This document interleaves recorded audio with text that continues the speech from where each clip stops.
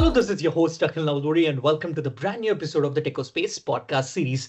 In this podcast episode, I'm super thrilled and honored to be collaborating with one of the most eminent and prominent industry leaders of the IT space, Mrs. Kendra MacDonald, who happens to be the Chief Executive Officer of the company, Canada's Ocean Supercluster, and along with that, she's a board member of the Canadian Museum of History. And talking about her, she's based out of St. John's, Newfoundland and Labrador, Canada.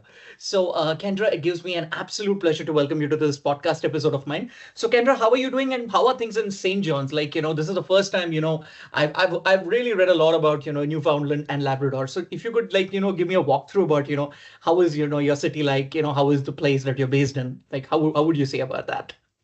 Sure. So I am doing well. The city that I am based in is right now full of snow. So it started snowing on Sunday and it finished snowing on Tuesday morning. So we had, I don't know, between 40 and 50 centimeters of snow, depending on where you are in the city. So right now we are blanketed in snow.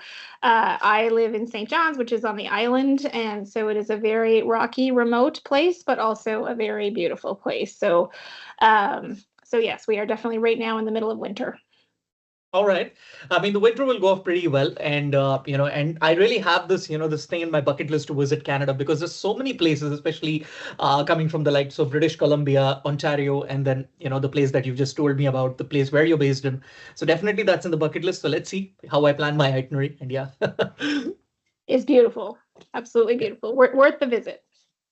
Definitely, I will keep this in my bucket list on the priority list then. All right.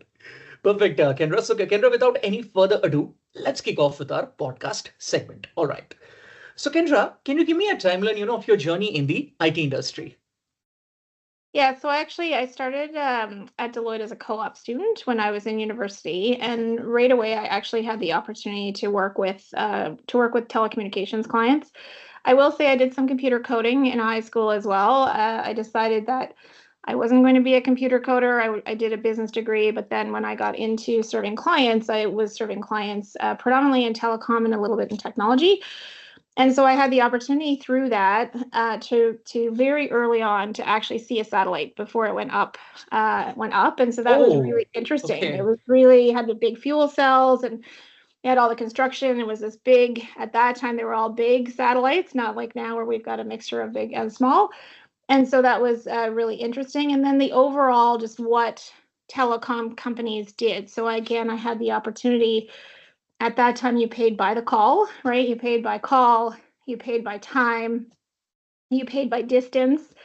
And so I had the opportunity to just get to understand all that with the project that I did. So I found that really interesting is what the technology was trying to do. And then I got to see where we went from, twisted cable copper to optical fiber to voice over IP. And so there was all these iterations, but at the end of the day, you were really still trying to get, a signal from point A to point B. Then I had the opportunity with that to sort of continue that telecom journey. I got to work internationally. I worked in Australia. I worked in Hong Kong. That was when you were seeing more of the cell service and wireless technology coming in. I think we had a lot of tolerance for dropped calls, maybe more than we have today. But as that technology was evolving, we were moving from, wired to wireless telecommunications, which was really exciting. And then I had the opportunity to come into this role. And actually, I mentioned when I was in high school, I decided to do a business degree, but I actually decided when I got into this role, if I was going to be a champion for technology and I was going to be a champion for ocean technology and for women in technology, I went back to school. So I went back to school. I graduated in 2024 with my master's in technology management. So now I can not only say I am a practitioner in technology, but now I'm also a graduate with a technology degree. So that was sort of a personal objective on my technology journey. And so now in my new role, we invest in technology commercialization projects. And I sort of had the opportunity, maybe the last thing with Deloitte, to be part of their innovation council before I came into this role. And so part of that role was really trying to promote new technologies. So that was AI before it was as well known as it is today. It's hard to believe that would have been hard to convince people of a decade ago, but it was, as well as blockchain and 3D printing and robotics and other technologies that were just sort of emerging into more mainstream conversation. So, yeah. That's a beautiful timeline, Kendra. And really, you nailed it, with respect to your master's in technology, course like in 2024. So that's pretty good to know. Now, Kendra, like you told me that you had the opportunity of, working with satellites and, doing that. So when you first started working in that, did you get that, that awestruck moment, or let's say that starstrucking moment that, I'm, part of this big mission. So did you have that kind of a feel? Yeah, so I mean, I don't know that I was probably much more purpose driven today in terms of the role that I'm in, but I Hmm. think in understanding what that technology was trying to do, and we also, I talked about seeing a satellite on the ground. I also got to see Yeah, the yeah, yeah. operations center of satellites in the air, and so I think it just gave you a sense of kind of size and scale. It gave you a sense of the art of the possible, and so it was really exciting to be part of that journey. Perfect. That's really good to know, Kendra. So, Kendra, what was that satellite? Do you remember the name of the satellite? It was part of Telesat Canada. So Telesat Canada is the Oh, satellite. Yeah, yeah. fantastic. That's pretty good to know, and that's pretty insightful, for our listeners, knowing about the satellites coming from Canada. So it's really good to get a hindsight about it. Now, Kendra, now talking about your company. So, Kendra, can you give me an insight, into being the chief executive officer of your company, Canada's Ocean Supercluster? And having said that, is there any interesting backstory, that is associated with its creation? Yeah, so maybe I thought I might start with why the ocean. So Canada's Ocean Supercluster is one of 5 global innovation clusters in Canada. It came out of Canada's innovation strategy back in 2017, which was really to try to focus innovation investment on key areas where Canada had the opportunity to grow companies and to be globally relevant. And so when the opportunity for this role came along, the first question was why would I get involved with the ocean economy? And what's really interesting, and I think a lot of people maybe don't know or don't think about when we talk about oceans. So the ocean covers 70% of the planet. So we have a lot more ocean than we have land. It Yeah. actually produces 50% of the oxygen. So every second breath we take, it is coming from the ocean. Hmm. It has 80% of our biodiversity. So a huge amount of biodiversity, and when we're having a conversation about nature, is sitting in the ocean. It also absorbs 90% of our excess heat and 30% of our carbon. So that it plays a huge role, which I didn't learn in school. I learned about rainforests. I didn't really learn about oceans and carbon sinks, Yeah, right? But yeah, the ocean plays a huge role. And then when you think about us as humans, 80% of our goods go by ship. So they're going over the yeah. ocean. If you look at 90% of our international internet traffic is going by Hmm. subsea cable. If you Yep. look at the fastest growing source of food to feed a growing planet, that is actually aquaculture and coming from our ocean. So there's a huge compelling reason. And maybe the other one is extreme weather. So the ocean plays a huge role in weather, and you can track a lot of the extreme weather to the changes that we're seeing in our oceans. So it had both it was attractive from an economic perspective, also attractive from a sustainability perspective. Yeah, yeah. And then Canada, again, for those that are less familiar with Canada, we have the longest coastline in the world. And so we have Oh, is it? we're Okay. the longest coastline in the world, but the about half of that is in the Arctic. And so there's a lot Hmm. of attention being paid to the Arctic right now. And then we have the fourth largest ocean territory, and we touch the Arctic and the Pacific and the Atlantic. So big, important oceans, and we're touching 3. So there was a geography to Canada. There was a global opportunity in terms of growth. And then for me, in terms of my backstory coming into the role, because I talked Yeah. about technology, I'm Yeah, yeah. passionate about technology, and so I got involved with our technology association, which is now called TechNL. So I was the chair of that board. And so we were recruiting for a new CEO. I was promoting technology in the province, and the recruiter was also the recruiter for this role and said, if you are very passionate about technology and digitalization, here's a great role for you to be able to continue to promote that. So here I am. That's beautiful. So what was your immediate reaction, when you got this, when you were handed this role? Like were you nervous? Were you like excited? Like what was the, emotions back then? So the first one would have been terrified, I think. So first role as a CEO. I had always worked at Deloitte, so I'd spent my entire career at Deloitte since a co-op student, so it was a very big change to move from Deloitte into this role. I hadn't worked in ocean, so I didn't know anything about the ocean economy. And then when I first started, a colleague said, well, I mean, no pressure, but my ability for my grandchildren to live in Atlantic Canada depends on whether or not you succeed in this role. So I mentioned purpose driven. So there was this immediate spotlight on whether I this get was it. successful or not and what it would mean for economic growth, both for the region and for the country. Absolutely. The things that you have told about ocean, when we think about ocean, we get really scared, that it's very deep, you have all these, deadly creatures going in. But after hearing the side about, the technological point of view and the sustainability point of view, I really feel that, ocean has a lot to offer. And really and I really feel that, this is it'll keep on growing. And, from your initiative that you're part of. And trust me, I like the name of your company, Oceans Supercluster. It's such a charged up name. Trust me. I'm not just saying it, but I really mean it.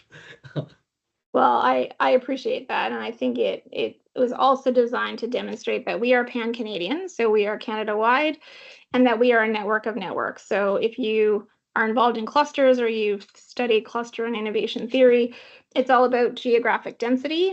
Canada is a very big country. And so Yep. how do we make sure that each area is strong but we still keep them connected as a whole? So that is part of the philosophy of the supercluster. I get the point. Now, when we talk about clusters, right, in machine learning, there's a very interesting concept called cluster. So does it have any, connection with that? It probably does. I mean, similarly, right? So it's interconnectedness, Yeah, and yeah. it's being able to accelerate with interconnectedness. Cluster was maybe not as popular word when we were going through COVID, so we did think about that because it can be good and bad in terms of how Yeah, things yeah. cluster. But it's really based on sort of Porter's theory of clusters and innovation clusters and how you accelerate growth by really creating concentration. And so, similar concept. That's what we're trying to do.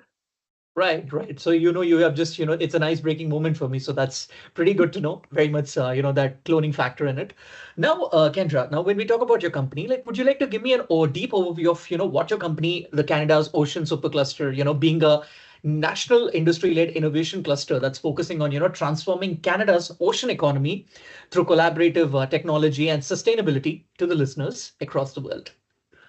Yeah, so Canada's Ocean Supercluster is really focused on growing the ocean economy for Canada. And so we also say we're trying to change the way that we do business in the ocean.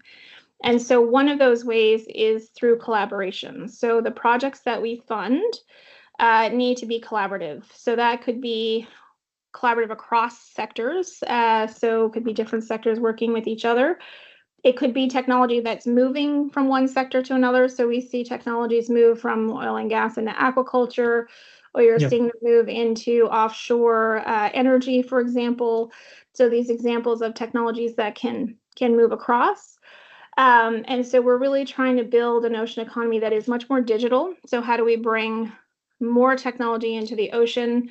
Every decade we can go farther and deeper than ever before, but now we really can leverage technology through drones and autonomous platforms to really get everywhere in the ocean. We have only about 25% of the ocean today that is high fidelity data. And so there's another Mhm. 75% of data to come. So that creates a tremendous opportunity to digitalize the ocean. We're also focused on sustainability. And so we have solutions that are specifically in climate, where they're trying to look at carbon dioxide removal. And then we have projects more broadly that are trying to have a more productive and sustainable fishery, improving sustainable aquaculture, being able to reduce emissions in shipping and marine decarbonization. So all of these examples of sustainability. Also building an ocean economy that is more inclusive. So how do we make sure in this growing economy that we are including Indigenous, gender, all the different pieces? And I think what's really exciting about technology is, I think traditionally when you thought about being in a job in the ocean economy, you thought about going Yeah. to sea, right? Yeah. And so if going to sea didn't really appeal to you, if you didn't want to be a master mariner, if you didn't want to join the Navy, if you didn't want to be on a cargo ship or on a cruise ship for months at a Yeah. time, Yeah. you weren't necessarily attracted to the ocean economy. But I think now we're in a place where it is much broader, where you can actually control an autonomous vessel from land. And so that Yeah, is yeah. actually broadening out, the types of jobs and the inclusive nature of the ocean economy. So our job is really to invest. We're a private-public partnership. We co-invest, so we provide a part of the investment to accelerate innovation in companies. And then we also look at where are there areas where we can grow capacity. So, for example, when we looked at scaling companies, we realized we didn't have enough ocean companies. And so we also invest in what's called the Ocean Startup Project. And its role is to help early stage companies, new companies come in, or maybe companies pivot their technology into the ocean economy, and then we see them come into the supercluster and help them scale. So Fantastic. I mean, when I first heard about your company, I felt like it was such a, innovative idea. And I was really, blown by that complete approach. Now, talking about, your company, Kendra, what was the first use case, that you have started? Was it, with the likes of fishery? Was it, with the likes of drone? Like, which was the first project, that started its swing? So our very first project was called Ocean Vision. And so it is a sonar aperture technology, so really imaging. It was a project that brought together several industries. So fisheries was involved, offshore oil and gas was involved, and looking at different use cases. So that project launched, I think we announced it in 2019. And so it was our very first project. And that Okay. company, Kraken Robotics, grew. I think they grew, doubled in size, 2.5 times in size, and they were able to accelerate the development of that technology and then move into some international Navy opportunities in Europe as a result. So it was very exciting. Absolutely, that's very good. Now, when you're trying to collate, let's say collate the use cases, like how do you people do it? Like how do you decide that, this is the project that we want to start? Like how do you name, the projects and all of that? Yeah, so we have investment areas, and so we're in the second phase of our funding. So we received our first 5 years of funding. Now we're in our second 5 years of funding.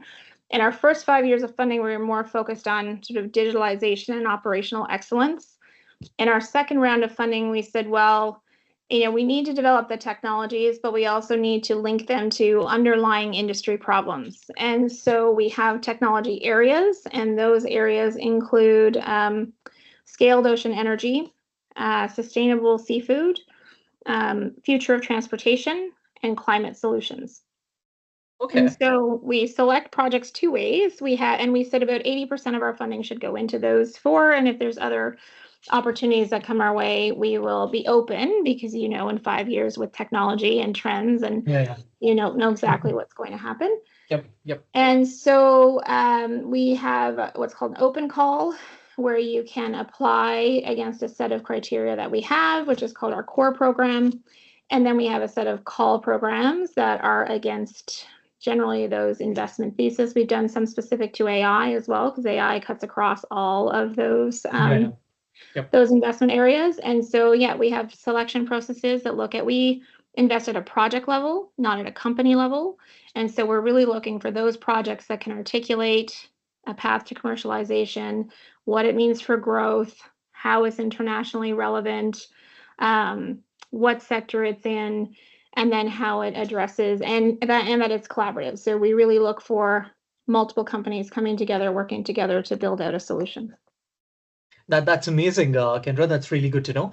Now, Kendra, like now talking about this, like what were the key strategies, that were taken by you to lead a first of its, kind innovation ecosystem that's, digitizing one of the world's oldest industries, the ocean economy? And so step one was communication. I would like to say that I did it enough, but I think I have learned that you can't possibly communicate enough, especially when you're trying to do something new and you're trying to do something innovative and you are trying to do a thing that touches so many different stakeholders. And so really trying to understand. So because we are cross-sectoral, I have an industry-led board. That board has representatives from shipping and oil and Yeah, gas, yeah. all these different industries, seafood, and they all have different risk tolerances. They all have different point of views. They all have different objectives. And then I said, we're changing culture. And so in Canada, we're also in Atlantic Canada, you're already dealing with 4 provinces with different objectives. Then if you take it Canada-wide, West Coast and East Coast, our Yeah. geographies are different. And so every time trying to understand where there is alignment. So where you can find alignment, you can move things forward. I think the other thing that we tried to demonstrate is we can be bigger together. And so one of the things the Supercluster has led is called Ambition 2035. And so the ocean economy globally set to double by 2030 to 3 trillion US dollars. It's actually arguably there now, so it's going to get even bigger. Canada is undersized in terms of its ocean economy.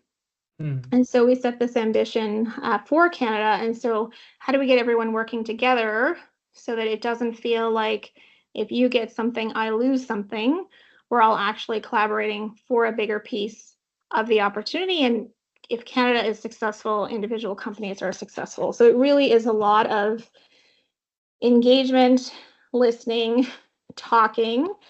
And some days it feels like I'm just making everyone equally unhappy, but hopefully overall, I think that Yeah. we are, seeing that we are working together and building that momentum, which is really exciting.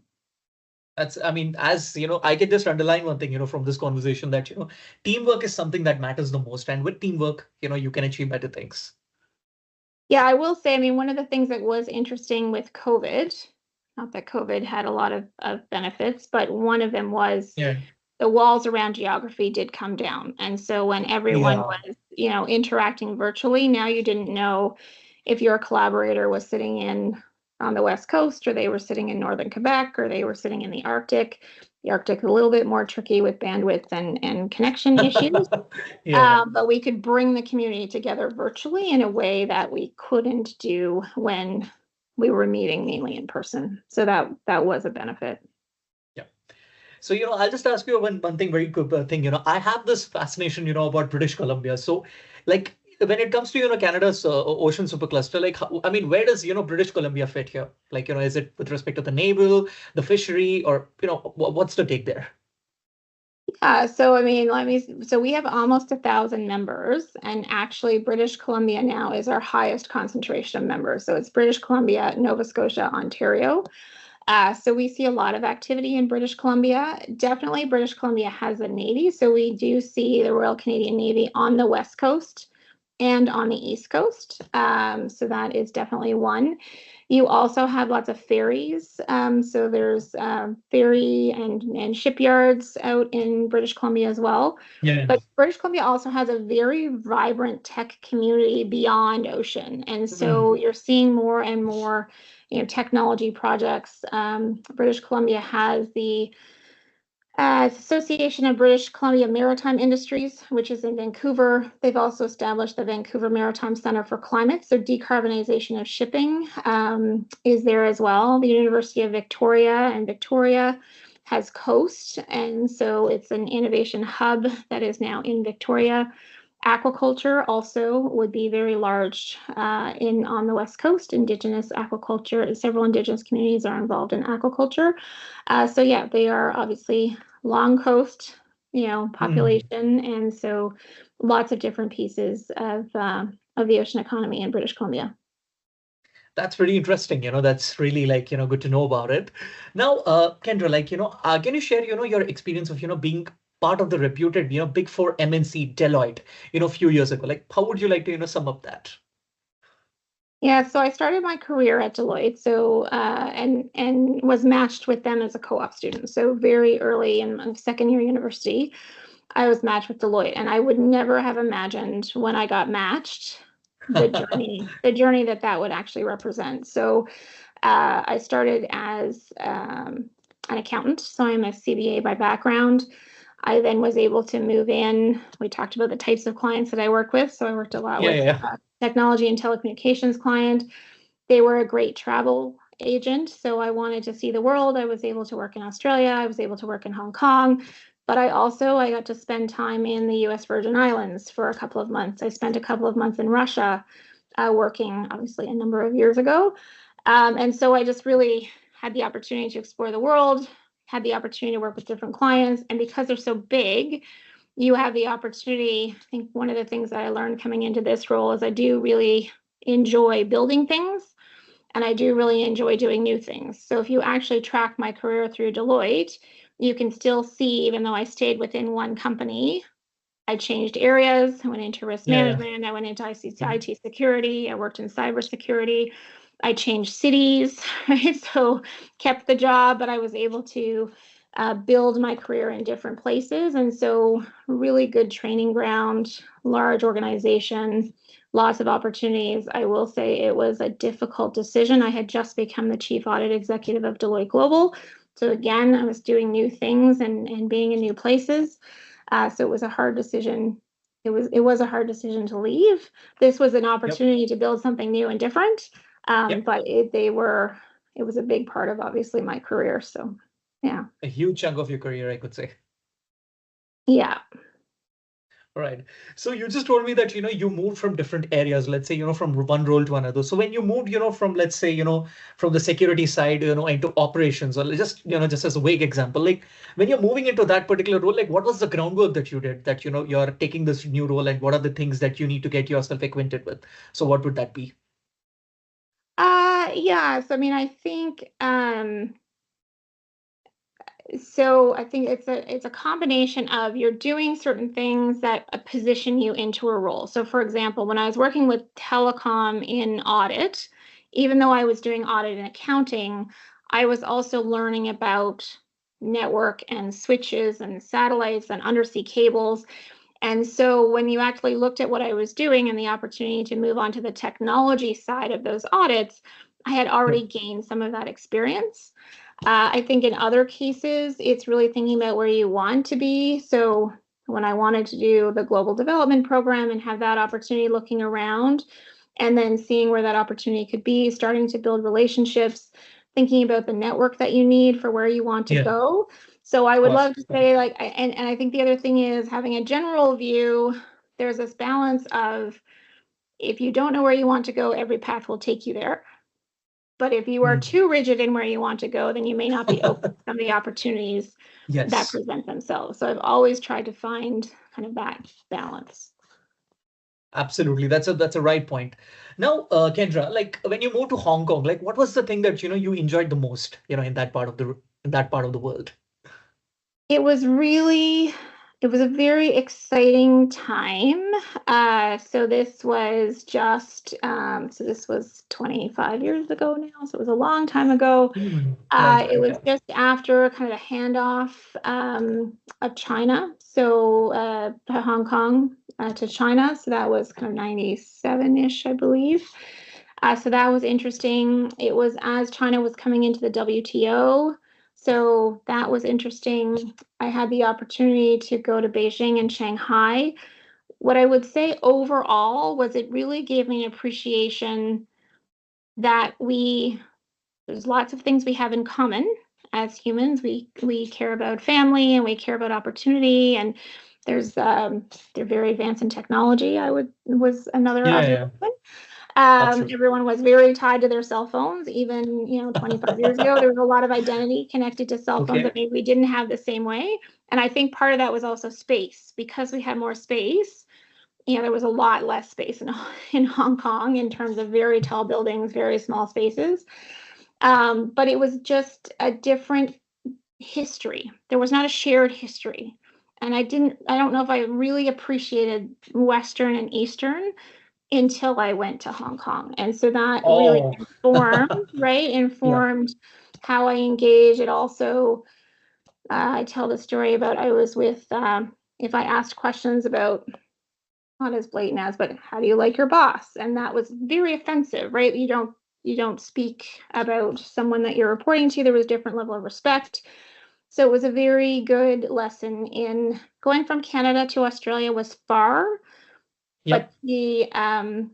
the cultural differences were not as great. And so going to Hong Kong was another level of understanding diversity, perspective, listening, and recognizing that how you communicate, how you give direction, what people understand, what people care about is not different or is different from place to place. Yep. And I remember, in our previous conversation, you told me that, you've been to my home city, to Hyderabad. So you did, how did you feel, your stay in Hyderabad then? Yeah, yeah. So I was there with Deloitte. So Deloitte has big operations in Hyderabad. I would say again, that was a different cultural experience. It was maybe less by the time I got to Hyderabad. I Mhm. actually flew through New Delhi. And so I was very excited to stop in New Delhi and to have the opportunity to see the Taj Mahal. Because I had never been to Yeah, India before. What an yeah. incredible opportunity on my way. What I didn't realize is because I was transiting, I was staying in a hotel with no external door. So I had scheduled, I had this whole Oh tour my. planned. I landed in India at 1:30 in the morning, only to discover that I was actually sort of in the airport and I wasn't allowed to leave. And so I was 1:30 in the morning, I was in tears, I was talking to I was super jet lagged. And so Oh trying to God. convince the airport, trying to convince the hotel, then I had to be able to reach my tour guide. And anyway, I will say everyone was actually really helpful, really understanding. I did get my tour. Did get to see the Taj Mahal. I did get back into the airport and make it to Hyderabad. But again, that entire experience was around not making assumptions, asking more questions. And then in Hyderabad, it was fascinating, just the interconnection, I think, in the work. And I also, I was asking a question with our Canadian IT support, and it turned out they were down the hall in Hyderabad. And so, right, so the seamless global operation, Yeah, yeah, and yeah. then seeing a very different piece of it when I was there. So there's a cultural piece, the work piece, and then this tourism piece as well. That's pretty good to know. As far as I can understand that, travel, it gives you a lot of exposure and makes you understand new cultures and, it makes you appreciate new things. Even that happens with me as well. When I travel to different countries, I, see different things and I learn a lot. I'm like, okay, here it's like this, and I just note it down. So it's a pretty good kind of an insight on it. Yes, it definitely. My dad was in the army, but he had the opportunity to go at sea for a couple of years, and so he really believed that you needed to travel to learn. That there was nothing that you could learn That's in a right. book that you would learn the same way if you didn't see. So he was right from the time I went to France when I was still in high school, very supportive of any travel opportunity. Absolutely, that's a very right point and really a good piece of advice to you. All right.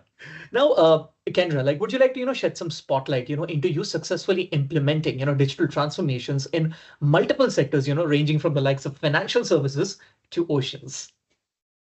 Yes, so I would say digital transformation in general is challenging. Um, we don't, as humans, love change. And so, digital transformation, or any transformation, digital being one, is sort of pushing up against this need to change. So, I would say where I have seen it be more successful, certainly one would be where you have support from the top. So, where you truly have the leadership right up to the CEO. Because I think if you don't have the CEO, even if you've got a senior person without CEO support, it really struggles because it doesn't get the attention on the agenda that it needs. So I think that's one. I think the other thing is really engaging the business. And so again, you make something an IT problem. I think we do it with cybersecurity. Let's make that an IT problem. Now we're seeing it with Yeah, AI. Let's make of that an course. IT problem. And Yep. IT can't drive change without having the broader business engaged because IT is an enabler. And so, where you see that IT is on the strategic agenda, where you see that leadership, where you see that connection, you have much more chance of success. I think the other piece is how do you make it real for people? So, how do they understand how their world will be better? And I think again we're seeing this with AI, where it is this idea that all these jobs are going to be lost, and there's no Mhm. question that we will lose jobs. But how do you convince us to embrace a technology when you are training a technology to replace your job. Like that is a very difficult way to get Yeah, yeah, people yeah. to transform. And so again, this positioning now, you're hearing much more about human in the loop, being supportive. Agents are sort of starters that are helping you do the automated things so that you can do the creative things and do more of what you enjoy. And so really helping people understand, what it means for them, I think is really important. I think the other thing where I've seen it be successful is where you've got small company bringing ideas to large companies. So I think a lot of large companies struggle to be able to do their innovation internally, not all, but many. And so again, when I was doing a lot of work with these companies, you would hire an innovation function. And often, right, these innovation functions ended up not succeeding because they were like like the small skunkworks team Yeah. of being responsible for trying to drive all this innovation throughout the organization. And they couldn't because they were just a small team.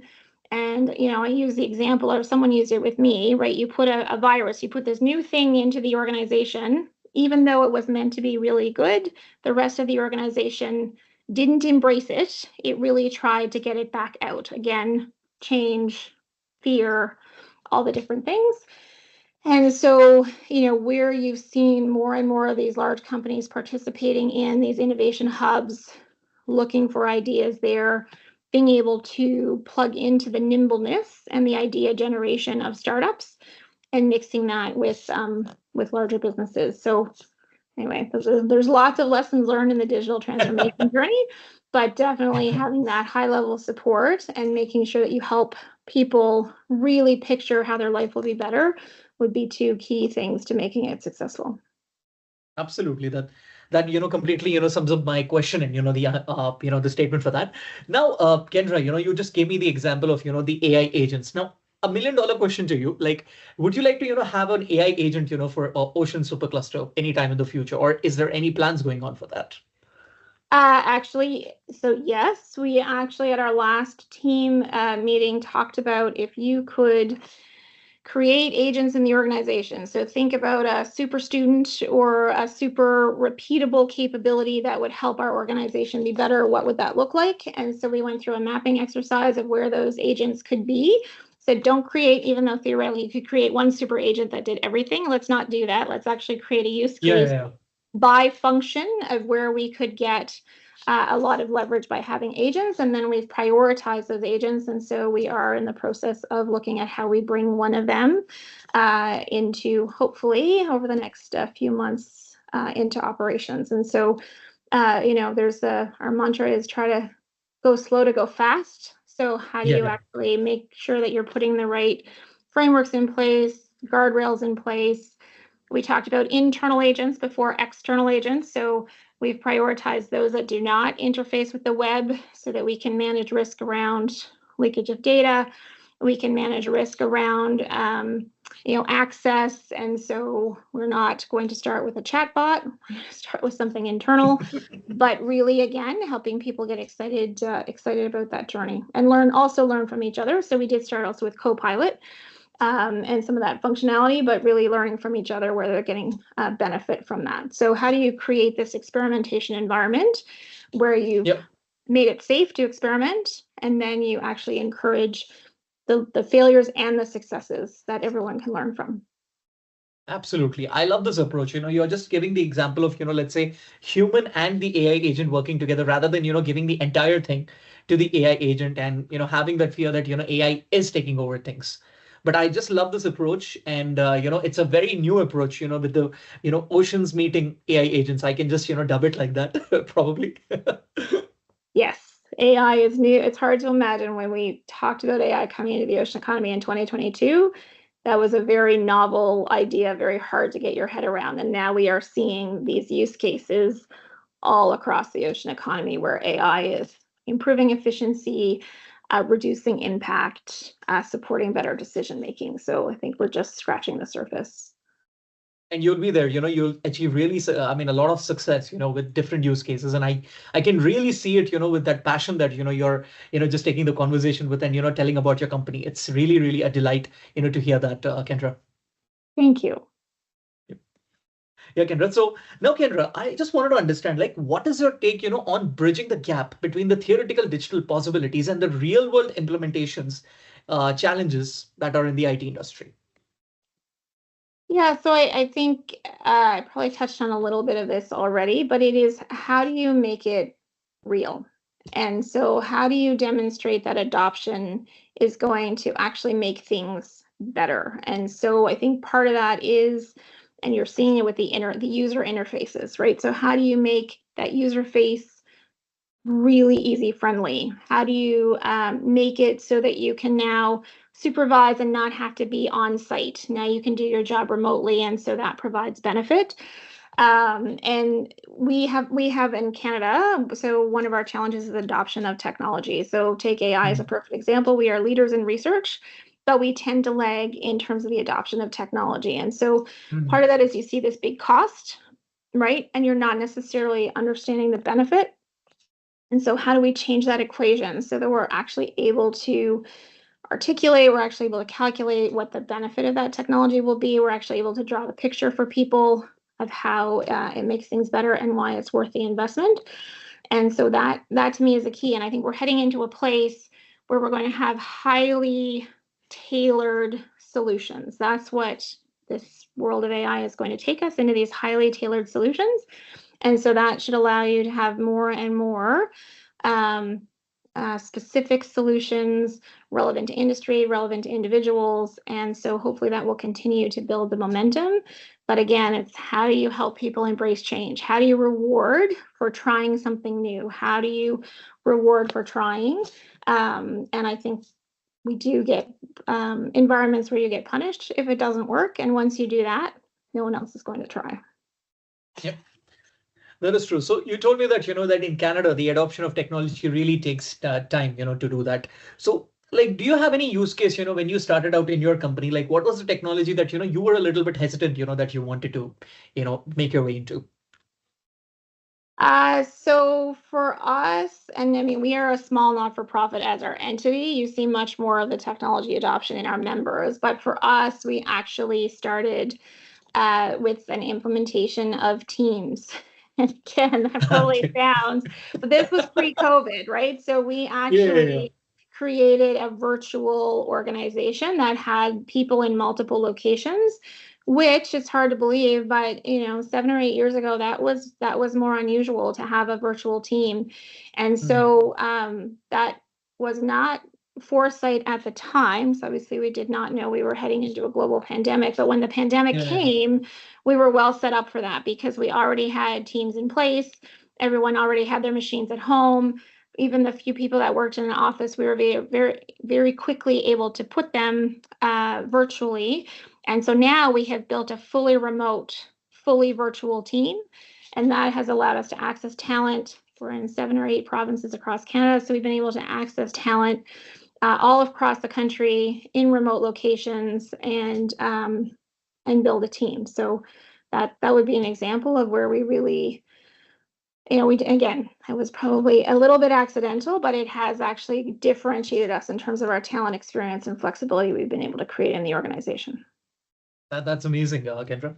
Now, Kendra, you told that, your people, I mean, everyone in the company, is scattered across different parts and different provinces of Canada. So suppose, let's say, the decision makers of the company have to, catch up or let's say meet up. So what is the exact location that, you plan for? Is it Montreal? Is it Toronto? Like, which place do you people catch up at? So that's a great question. So we, as a team, as a full team, meet twice a year, and that meeting has taken place in Nova Scotia. It's taken place in Newfoundland. It's also taken place in Ottawa. We also, as a senior leadership team, would most often meet together in Halifax, and we try to do that a Yeah. couple every Okay. couple of months. So Halifax, just with the way geographies are, our senior leadership team is mostly on the East Coast or Central, so that's a relatively central location. One of the reasons we do move the meeting sometimes centrally is we do have people on the West Coast, and West Coast to East Coast, believe it, from BC to Newfoundland is a 9 hour flight. So we are Yeah. a large Nine entry. hours. Yes. 9 hours of flight. Seriously. Yeah. Oh, man. It's like 5 hours it's to like Toronto and traveling four between hours to different Newfoundland. countries. Yeah, it's far. It's almost equivalent to, traveling from Australia to Sydney, from Sydney all the way to, I think, Vietnam or Thailand. Yeah. It's like almost that distance. Yeah. Yeah. It takes me almost as long to get to Vancouver as it does to get to Europe. Okay, that's pretty good. Then probably if I visit Canada, then I need to be, mindful of the itinerary and everything. It's like going to Australia, visiting Sydney, and saying, well, which is what I did when I moved to Sydney. I'm going to visit Perth, and I'm going to visit Darwin, and I'm going to, climb Ayers Rock. I'm going to do all those things, but you can't do that in a day. They're all quite far apart. Really far. And, the best place if you want to, from visit you Sydney, you have to visit, Melbourne or let's say, Brisbane, because they're a little bit close by, but the other places are like too far away. Yeah. So I had to stay for an extra year and a half so that I could get to those places while I was there. I think you finished your bucket list then. All right. Perfect, Kendra. Now, Kendra, I understand, that you're a board member of the Canadian Museum of History. So can you give me a walkthrough of, your role there, to the listeners across the world? Yeah, so I developed a passion for governance. I really enjoy board work. My first board was actually now over 20 years ago. I joined the board of Lupus Canada when my dad passed away from complications from lupus. And so I was involved with that board for 12 years. And so also through my Deloitte work, I increasingly was involved in governance and risk management, which in strategy, which happens at the board. And so I really enjoyed that. And so I have been involved with a number of boards over time. And so last year, a year and a half ago, I had the opportunity to join the Canadian Museum of History board. It touched me personally. So the Canadian Museum of History is based in Ottawa. It sort of preserves Canadian history. And I graduated high school I won't say the exact year, but just after it was built. And so that was important. And it also is connected to the War Museum. And so my parents both served, my grandparents, my grandfathers, my great-grandfathers. And so we've got a long history of soldiers. And so, again, touched me personally. And so my role on the board, I'm involved.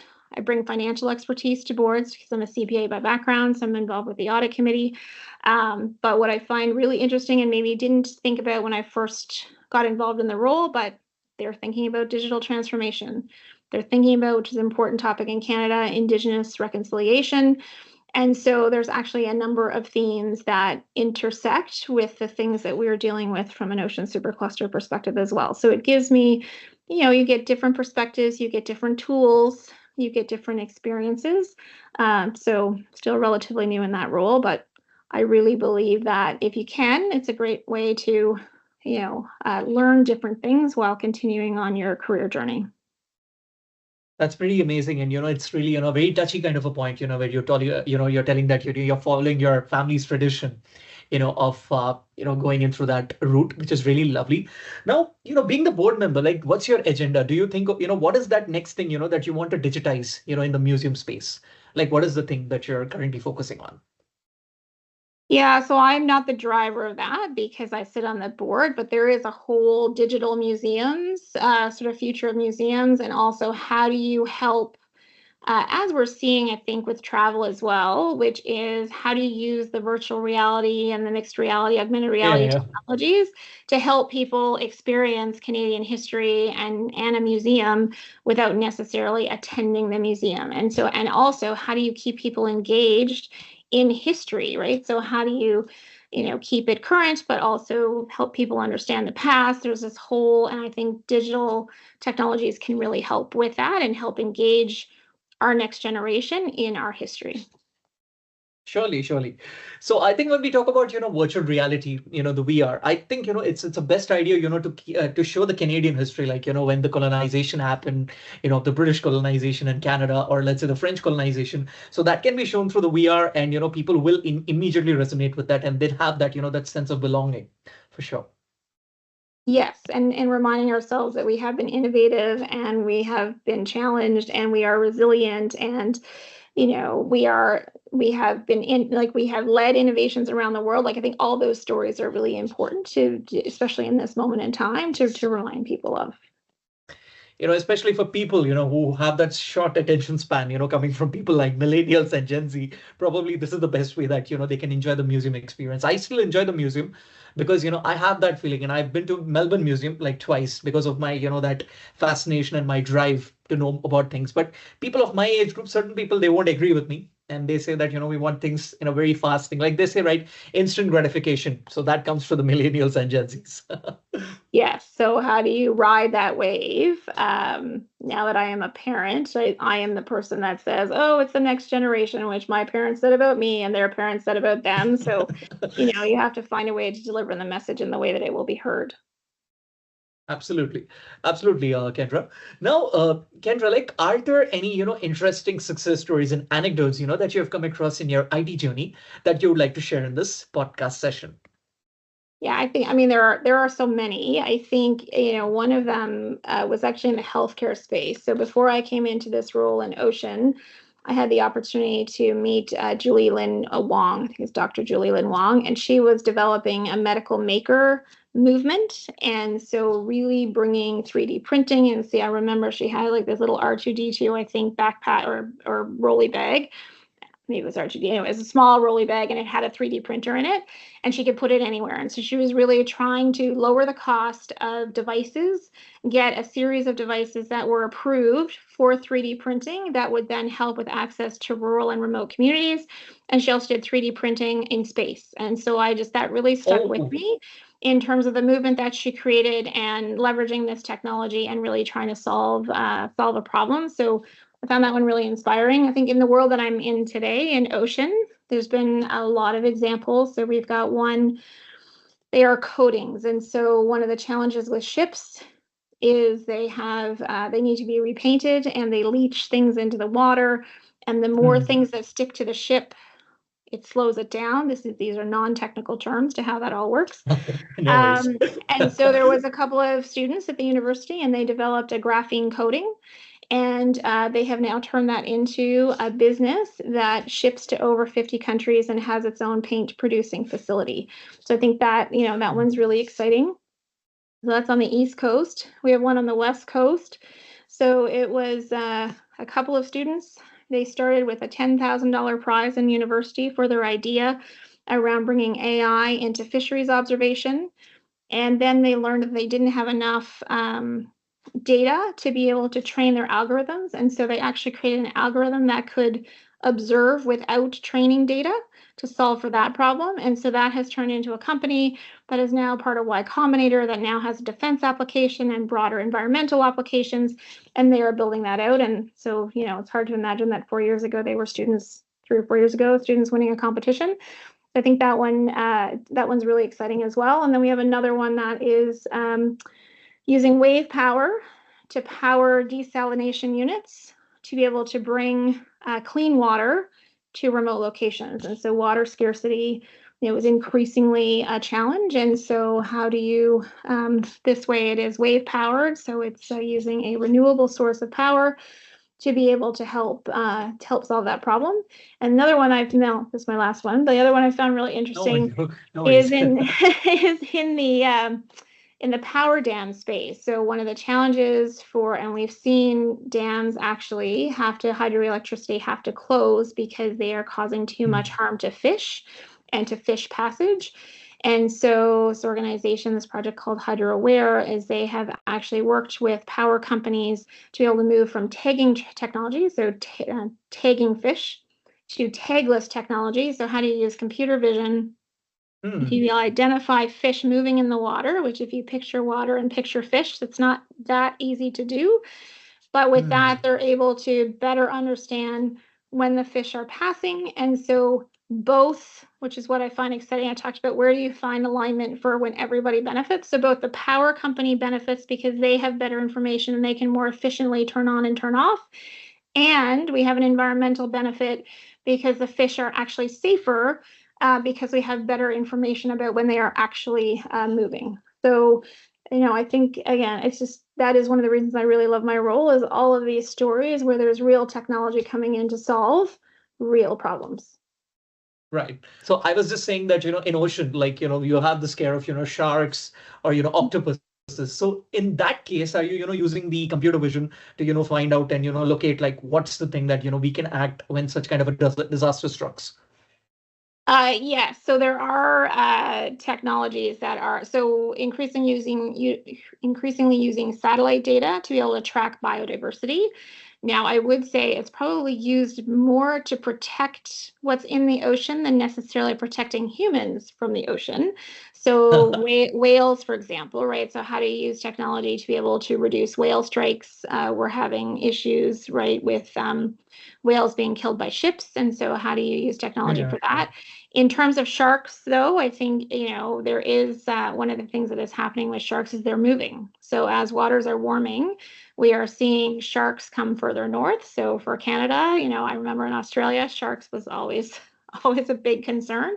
In Canada, sharks has not traditionally been a big concern, but we're able to track that and to be able to see where Mm. sharks are moving. Octopus, you're seeing, well, maybe less. So jellyfish, you're seeing an increase in jellyfish. You're seeing challenges in seaweed and sargassum in the Caribbean. And so there are technologies that are trying to sort of help solve for these different challenges. I think probably it's less about in the ocean with a shark.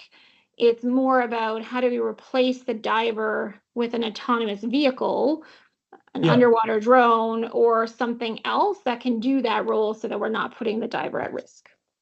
Yeah, that's true. Because if the diver goes down, he'll be really scared and he'll get the panic attack. So I think an autonomous drone, would do the task.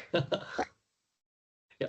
All right, Kendra. So, before we, actually conclude our podcast session, let's take a lighter route. All this while I was completely, bombarding you about your journey, about your initiative, and then, about your, IT journey throughout, at Deloitte and all the other things. But now in this form of a rapid fire round, I'll just go to a very lighter approach, talking about your likes and interests.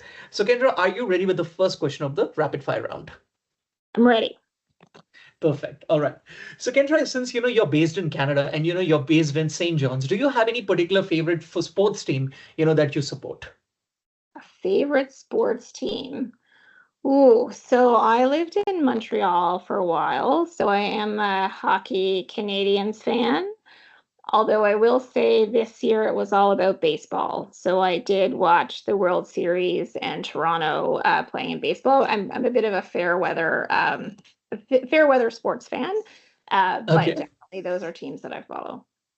All right. So if you have to, pick your favorite athlete of all time, who would that be?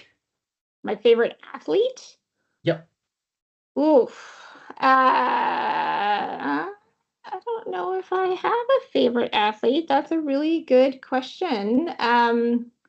PK Subban, again, not necessarily an athlete of all time, but my daughter had a cleft lip and palate. And so she had surgery at the Montreal hospital, and PK Subban made a big donation to support the hospital. So Oh, I so became, generous. as a Yeah. result, a fan because that made a big difference for my daughter and others like her that need surgery. That's really nice. If there's one particular NHL athlete that I'm really aware of is Wayne Gretzky, because he's like a superstar in the entire Canadian region, in the entire, NHL landscape. He's a lovely guy. And I've read his book, the 99 stories of hockey. And I'm an Indian. For us, we don't have anything called ice hockey, but still I was intrigued by the stories, that he just drafted down. So Yes, he is definitely iconic. Sidney Crosby, I watched him in the Vancouver Olympics in the 2010 Olympics when Canada won. So that one definitely sticks in my mind as well.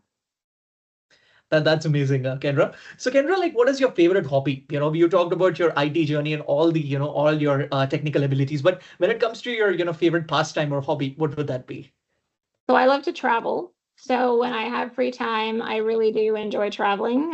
So I am always looking at where my next destination can be. So that's a big one. At home, I'm also a piano player. I don't get as much time to sit down and play at the piano as I would like, but when I have free time, I like to sit down and play the piano. And again, something I don't have a lot of time for, but I am a knitter by background. So I used to do a lot of knitting. I don't do as much anymore, but those are things that when I really have time to be able to relax, those are things that I enjoy doing. That's amazing, Kendra. That's really good to hear. Now, Kendra, since I come from India and I'm of the Indian origin, I always am curious to, I'm really curious to ask you this. Like, what is that favorite Indian food, that you always like to try, or what is that you want to try? So that's a great question. So I'm not very good with spices. So my husband is much more of an Indian fan than I am, but butter chicken would be the one that I would most enjoy because you can actually dial it up Yeah. and dial it down. So yes. Yes, absolutely. That's the safest option. Pretty nice, pretty nice. That's good. Now, suppose, if I visit St. John's, like what is that go-to place? What is what is that place, that you would like me to, visit, or let's say recommend me to have a look at? Yeah, so I start with Signal Hill. So Signal Hill is iconic, is where Marconi first sent the signal across the Atlantic, and it gives you a beautiful view of the ocean, beautiful view of the city. It is just an amazing spot. There's lots of other places. We also have the easternmost point, which is Cape Spear, so that would be another not to miss. If you're visiting the province, Gros Morne is a beautiful national park also to visit. But if you're coming here and you only have a few hours, getting up to the top of Signal Hill is the definite thing to do. Signal Hill, right? So I'll just note it down for sure. Very nice. All right, Kendra. So Kendra, you travel across, I mean, a lot in Canada. So what are your, top three favorite restaurants that you would like to, pick In Canada, in Canada? Yeah. my top three favorite restaurants in Canada. Well, that is a tricky question. Hmm. Wow. I don't know if I have a top three. There's a beautiful restaurant. So Montreal has some stunning restaurants. Um, there's probably a whole street of restaurants, so amazing Italian restaurants. So I tend to enjoy, I work with a lot of Italian colleagues in Montreal. So I would go to Italian restaurants in Montreal. Da Vinci's was one that I used to go to. Gibby's, as now you're warming me up. Gibby's is another restaurant. So I'm also a big Yeah. steak fan. So Gibby's is in Old Montreal. And so I really do enjoy Gibby's. Moishes just reopened, which is another steak restaurant that is in Montreal, which I really enjoy.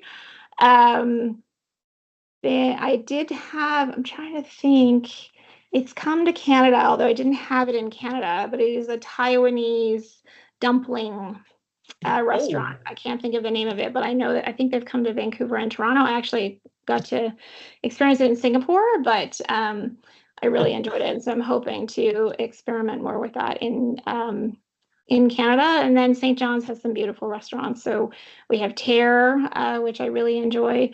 I don't tend to go out too much to eat here because I travel so much, but I definitely yeah. had Terre just before Christmas, and I'm a fan. They have this beautiful barbecue chicken that they serve that I really enjoy. You have Nice. to go with friends though, because it's an entire chicken. So Yeah, yeah, I understand. That entire portion, can be completed by people, who are in company. yeah. All right, that's good to know. Now, if people visit St. John's, like what is that unique street food, that people should try, or that's something that they have to, have a look at. Something unique to try. Yeah, a street food, like any, Oh, street delicacy of food. St. Oh, John's. Yeah. street food in St. John's. So I mean, so it's less about street food. The most popular thing to do in St. John's for tourists would be to get screeched in. So that is more a drink than a food. And so that is a local drink. So screech is produced here locally. It's bottled here locally, and you have to kiss a cod, and you kiss a fish, and you Oh, take a shot of screech, or there is a non-alcoholic version as well. And all then you right. sort of commit yourself to being a Newfoundlander, and then you get a certificate that you've been screeched in. So that would probably be the most popular thing to do. I think another thing Mhm. that's popular to eat here would be moose. So Screech. Okay, that's interesting. Kiss a fish and that. Okay. Pretty new to hear, but yeah, everything is, a different experience altogether. Yeah. Yeah. All right. Now, if I would just like to, ask you, Kendra, like, do you have any favorite, Canadian sitcom or let's say an American sitcoms, that you used to like to watch, like years back? years back. Wow. A sitcom. Uh, Again, I don't know if I have Yes, You can say your favorite show as well. Yeah. I must have watched sitcoms way back. So this is we've been watching. So right now, I enjoy Canadian filmed shows. So Family Practice is one. I don't think it's necessarily designed to be a sitcom, but we find it funny because it just sort of highlights um, ridiculous behavior. The other one I've been watching is Younger, so I don't know. It just came on Netflix, and it is it is someone who is 40 pretending to be 26. So again, age and stage. I find it particularly humorous as she's trying to fit into and be 20 years younger than she is, or 15 years younger than she is. That's an interesting list for sure. Really nice, really nice. Yeah. Now, like, what was the last song, Kendra, that you have heard? The last song that I have heard. I don't know if I can think of the last one. So Pink Pony Club was our song of 2025. So I have a 16-year-old daughter, and so she introduces me to music I might not otherwise be exposed to. And so every time I hear that song, it just sticks constantly in my head. So Right. That's at the top of your head right now, then. yeah, it will be again all afternoon. That's the song I'm going to hear in my head. Yes. Right. Okay, then. Pretty good. So the final question to you, Kendra, in this podcast session, or let's say the final two questions to you, if I can just add one more. So, Kendra, like, what was the last, or let's say, what was the first car, that you have purchased? A Neon, a Chrysler Neon was my first one that I bought myself. A Chrysler Neon. Okay, that's nice. Yes. And the final question to you, to be honest now, yeah, like what is the thing that makes you a proud Canadian? Like, what is the thing that you love the most about your country? I think that the people in place, I guess. So just we have such a breadth of geography, and we have such a breadth of perspective, and we're multicultural, and so you can just experience so much. And I think we are a welcoming, understated, modest country. I'm not necessarily proud that we're modest because I think we need to talk about how amazing we are a little bit more. But I think I just am, there's a pride of place here, and a self-reliance and innovative spirit, and then a spirit of pitching in. So, when you see something that goes sideways in our country, people rally around to be able to solve for that. And I think that's really that's inspiring for me. That's interesting, Kendra. That's really good to know. All right, Kendra. So finally, thank you so much for, taking time from your busy schedule and, being part of my podcast initiative. It was such a lovely conversation today, trust me, because each and every insight, that you were talking about the ocean economy really blew me. And I just love the work, that you're doing, being at the, being the decision maker of your company, being the CEO of, Ocean Supercluster. I just love the name again. I'll repeat it. I love repeating it for myself. So that's really nice. I just love the way, you picked up in your journey, your rendezvous with, satellites, traveling to different countries. They were really, nice thing. And also the rapid fire round was really fun. So thank you so much, Kendra, for this amazing, opportunity to collaborate with you. And it was really, really a beautiful conversation. Thank you. Thank you. My pleasure. Thank you. All right. All right, listeners. On this note, this is your host, Akhil Navluri, signing off. We will be back with another podcast episode with another eminent industry leader very soon. Till then, keep listening. Goodbye, stay tuned, and over. Thank you.